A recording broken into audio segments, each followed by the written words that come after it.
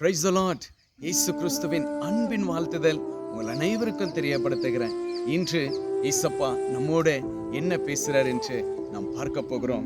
ஏசாயா 66:13 ஒருவனை அவன் தாய் தேற்றுவதைப் போல் நான் தேற்றுவேன். ஆம் தேவ பிள்ளைகளே, விசுவாசத்துல வாழ்ந்து கொண்டிருக்கிற அன்பு தேவச்சனமே, உங்க வாழ்க்கையில எல்லாமே இருப்பாங்க. ஆனா என்ன யாருமே கவனிக்கிறது இல்ல. எல்லாமே இருந்தோம், எனக்கு சொந்தம் பந்தம் அண்ணன் அப்பா எல்லாம் இருந்து கூட நான் ஒரு அனாதியா இருக்கிறேன் என்று இன்னைக்கு எத்தனை பிள்ளைங்க, தேவ பிள்ளைங்க இன்னைக்கு கண்ணீரோட வடைத்து கொண்டு இருக்கிறீங்க. ஈசப்பா உங்களை பார்த்து சொல்லுகிறார், நீ ஒரு வனாந்தரமா இருக்கலாம், உன் கூட எல்லாமே இருந்து உன்னை விட்டு எல்லாம் பிரிந்து போயிருக்கலாம். யார் பிரிந்தாலும், யார் கைவிட்டாலும், உன் தாய் தகப்பை யார் கைவிட்டாலும் நான் உன்னை கைவிட மாட்டேன். ஒருவனை தன் தாய் தேற்றுவதை போல மகனே மகளே நான் உன்னை தேற்றுகிறேன் என்று ஏசப்பா இந்த வேளையில உங்களை பார்த்து சொல்லுகிறவராயிருக்கிறார்.